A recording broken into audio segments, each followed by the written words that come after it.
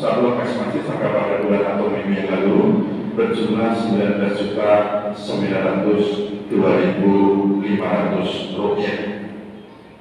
Kemudian infak sholat Jumat pada Jumat pekan kemarin mendapat 3.467.000 rupiah, sehingga semua berjumlah 23.369.500 rupiah. Adapun pengeluaran sejumlah 2.772.000 rupiah, sehingga saldo akhir makas masjid sampai pada hari ini berjumlah 20.597.500 rupiah. Jazakumullah khairan katsiran. Demikian keadaan makas masjid dari kata-katanya sampai pada saat laporan ini disampaikan. Selanjutnya sebelum sholat Jumat pada siang hari kita mulai, kepada seluruh jamaah yang masih di belakang maupun untuk maju menilai satu sosok di depan yang masih kosong. Kemudian bagi jamaah yang berkomunikasi untuk tidak lupa dimohon untuk mengaktifkan alat komunikasinya selama berlangsungnya ibadah sholat Jumat pada siang hari ini. Baiklah, karena waktu memasuki untuk itu sholat Jumat akan segera mulai, kepada Bapak Ustaz dan Transkripsi Bunyamin SMA maupun Bapak Walijan disilakan. Sekian pengumuman, terima kasih atas perhatiannya. Assalamualaikum warahmatullahi wabarakatuh.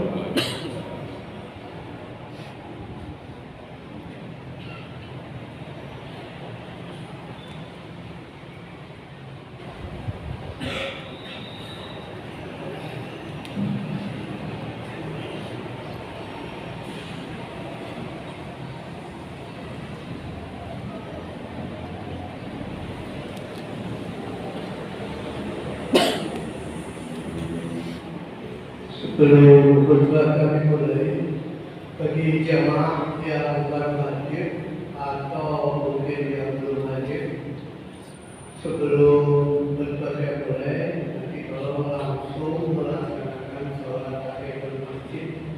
Jadi tidak usah menunggu muadzin atau azan yang selesai, atau bahkan mungkin menunggu konteks yang jadi sholat tahiyatul masjid bagi yang terlambat langsung dilaksanakan tanpa menunggu konteks sudah diminta. Terima kasih. Assalamualaikum warahmatullahi wabarakatuh. Waalaikumsalam.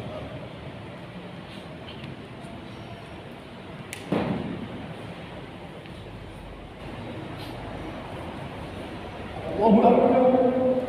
Allahu Akbar.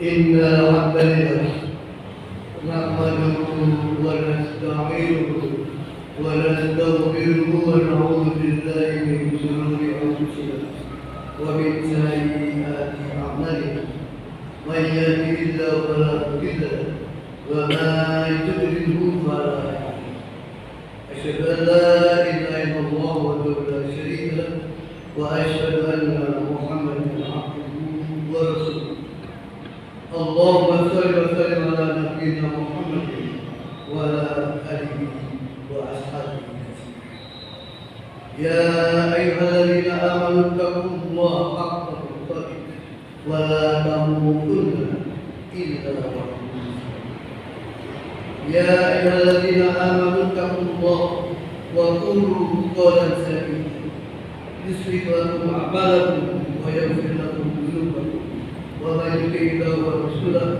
فقد فاز فوزا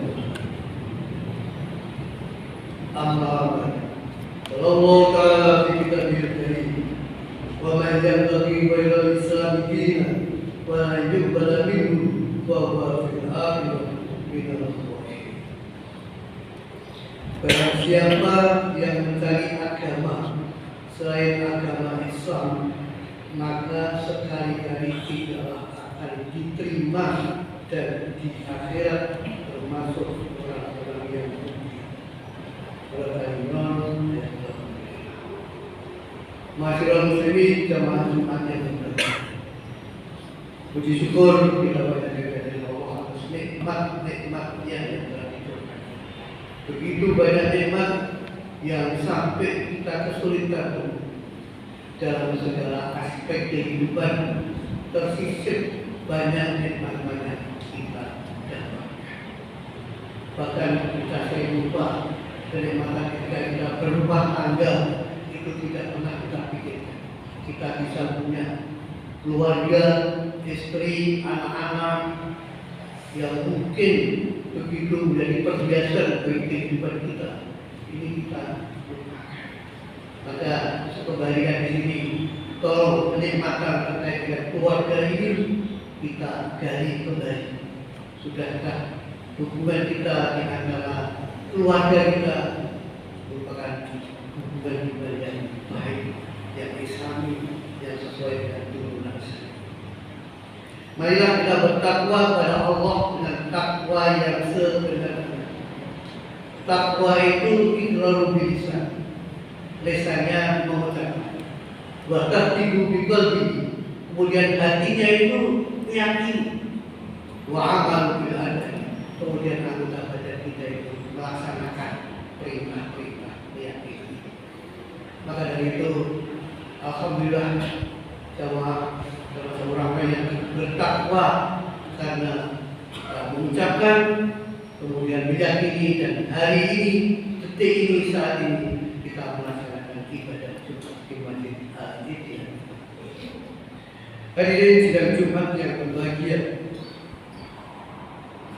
khutbah saya pada kesempatan hari ini adalah menyangkut pendidikan Islam bagi masyarakat Muslim.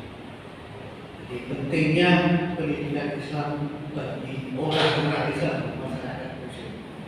Untuk itu maka mari kita coba meningkatkan. Hadirin sidang Jumat yang berbahagia,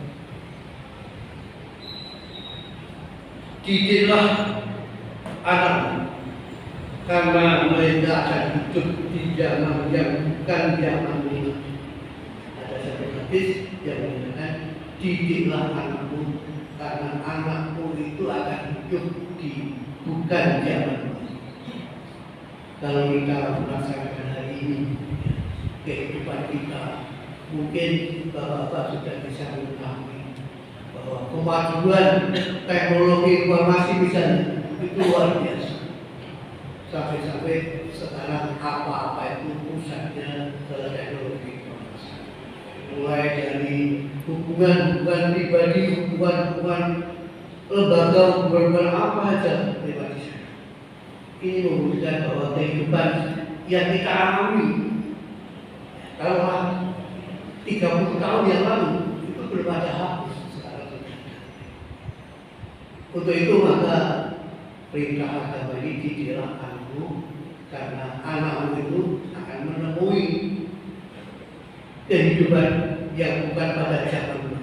Jadi kalau kita tidak mendidik anak kita itu tentu akan berbeda dengan kita. Hadirin sidang Jumat yang berbahagia, firman Allah di dalam surat An-Nisa ayat 9, A'udzu billahi minasyaitonir rajim, wa la yasalladina taraku min qalbihi dzurriyyatan bi'afan khafu 'alaihim fa yattaqullah wa la yaqulu qawlan sadida.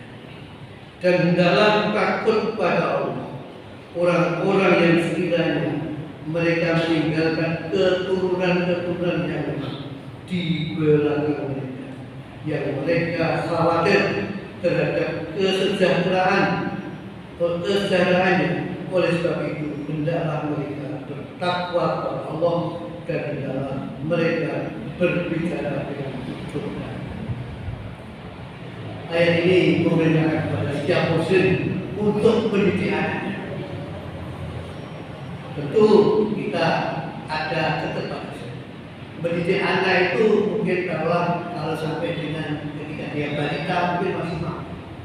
Tapi ketika dia sudah masuk SD itu luar biasa. Kita itu sekarang mengikuti pendidikan anak SD itu sudah kesulitan. Maka tentu kita harus berupaya agar anak-anak kita, cucu-cucu kita ini bisa punya pendidikan. Bahkan pendidikan, mulai pendidikan prasekolah, pendidikan dasar sampai pendidikan tinggi yang sekarang mungkin terkenal dengan S3-nya, artinya tingkat doktor. Ini zamannya seperti itu. Maka kami mengajak hadirin dan kepada berbahagia, mari kita anak-anak cucu kita sekolahkan. Karena apa? Karena kita sendiri tidak mampu untuk mendidiknya. Maka dari itu tugas orang tua pendidikan ini mungkin kalau toh kita mampu pulang boleh saja. Tapi bagi yang mungkin kemampuan yang sangat terbatas untuk mendidik anaknya, maka bisa disekolahkan. Bukan harus yang mahal-mahal, tapi paling tidak sekolah-sekolah yang memenuhi syarat untuk meningkatkan pendidikan.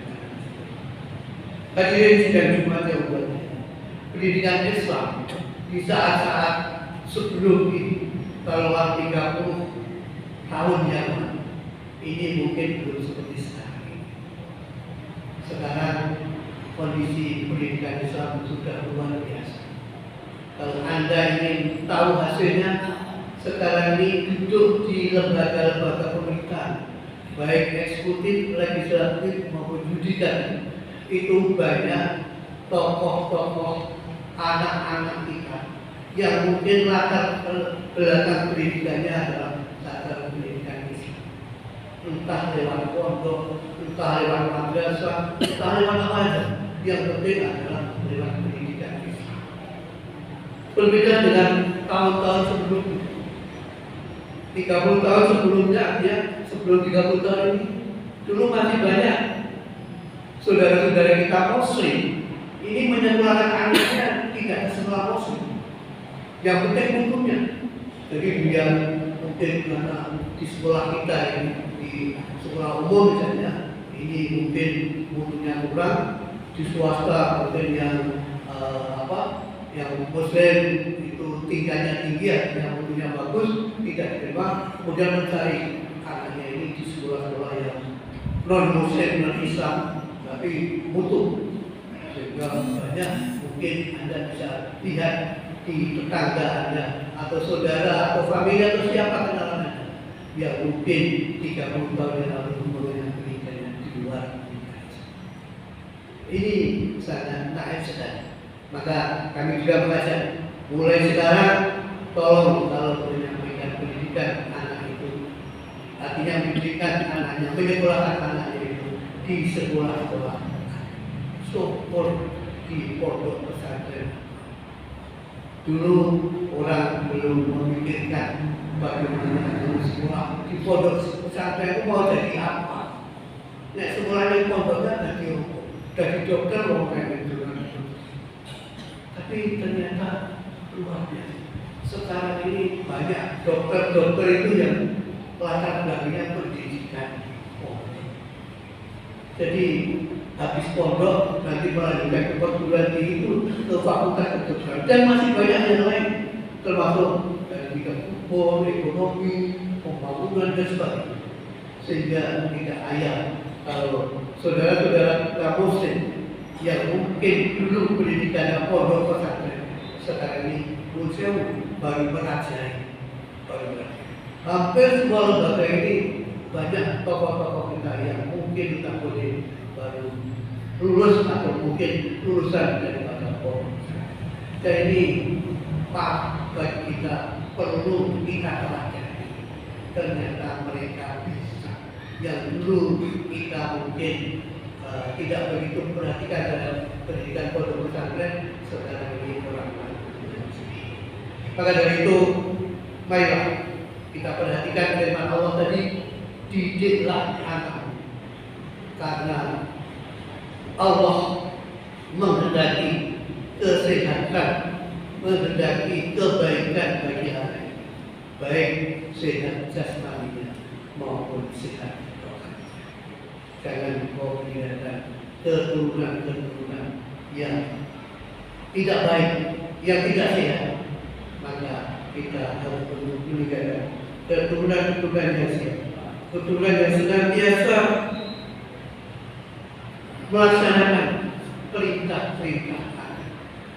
Maka dengan apa yang saya sampaikan di depan, bahwa pendidikan agama sekarang ini ternyata luar biasa, bisa membentuk anak dengan baik. Mungkin kita bisa membandingkan pendidikan umum itu belum seperti itu.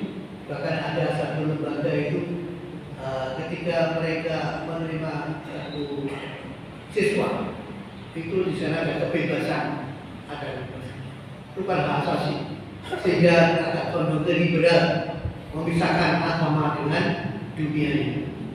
Sehingga anak-anak di sana walaupun itu keharusan yang merupakan kewajiban bagi pemerintah, tapi bagi sekolah itu mungkin memberikan warna yang berbeda dengan membebaskan anaknya ke sekolah itu pakai sadar atau tidak masalah. Kalau kita berpikir bukan berarti di pondok itu juga harus pakai sepatu lidah, tapi di sini karena aturannya sudah ditentukan seperti itu. Kalau di pondok misalnya memang bagaimana kalau di pondok itu mohon maaf mungkin sambungan, tapi memang sejak awal gitu, jadi tidak ada campur tangan. Tapi kalau sekolah-sekolah umum itu memang sampai sekarang masih ada aturannya. Untuk itulah maka bagaimana kita agar bisa melaksanakan pendidikan agama ini dengan sebaik-baiknya.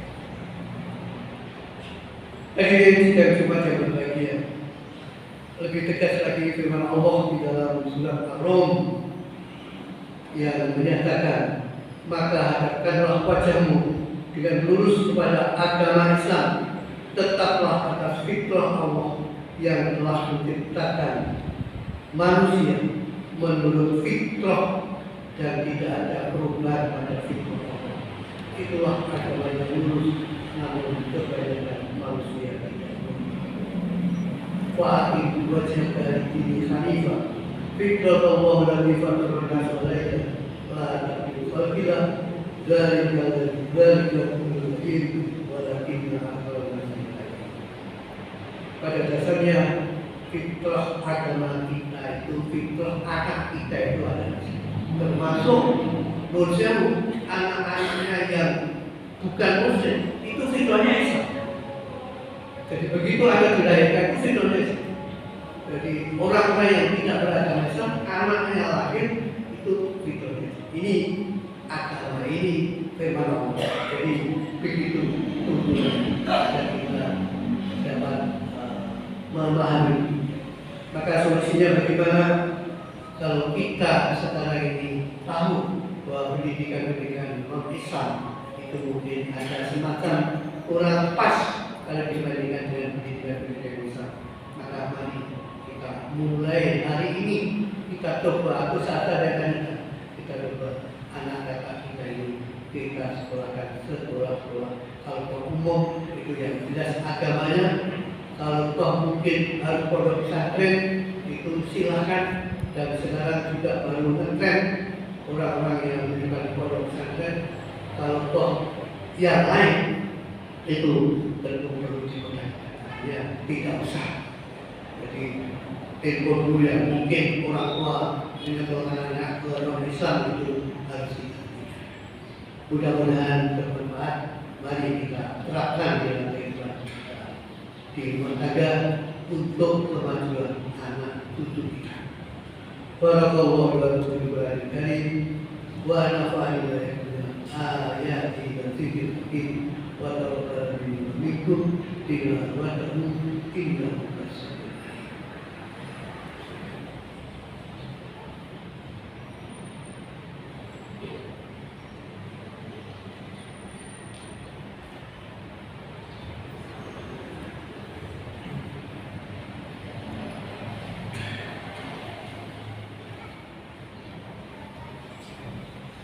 Alhamdulillahilladzi hadana li hadza wa ma kunna linahtadiya lawla an hadana. Asyhadu an la ilaha illallah wa la syarika lah wa asyhadu anna Muhammadan abduhu wa rasuluhu.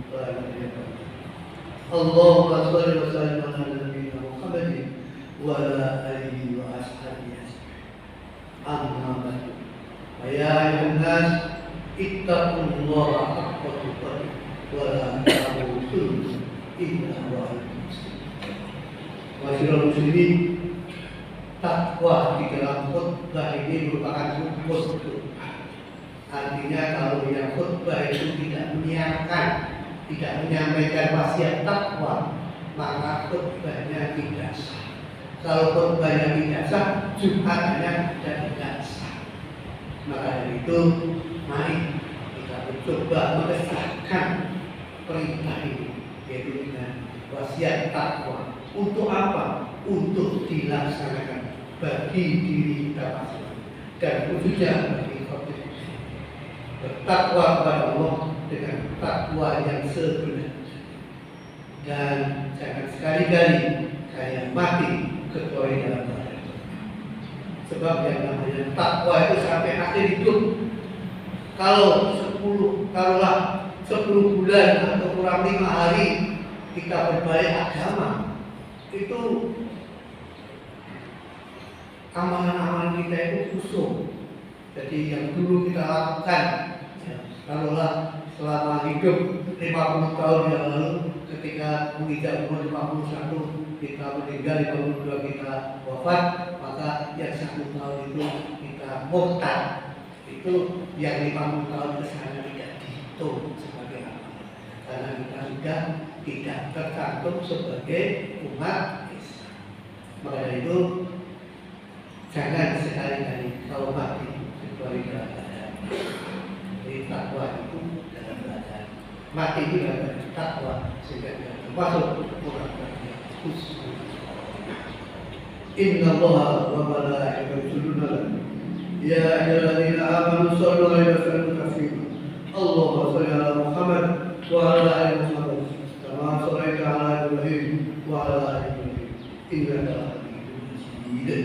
اللهم اغفر للمسلمين والمسلمات والمؤمنين والمؤمنات الأحياء منهم والأموات إنك شفيع قريب مجيب الدعاء ويا قاضي اللهم أرنا الحق حقا وارزقنا اتباعه وأرنا الباطل باطلا وارزقنا اجتنابه اللهم إنا نسألك سلامة في الدين وعافية في الجسد وزيادة في العلم وبركة في الرزق وتبركة قبل الموت ورحمة عند الموت ومغفرة بعد الموت اللهم آمنا عليك بشر الموت ولا تأتنا النار والأمر ربنا ظلمنا أنفسنا وإن لم تغفر لنا وترحمنا ربنا آتنا في الدنيا حسنة وفي الآخرة حسنة وقنا عذاب النار سبحان ربك رب العزة عما يصفون وسلام على المرسلين والحمد لله رب العالمين. ولا ذكر الله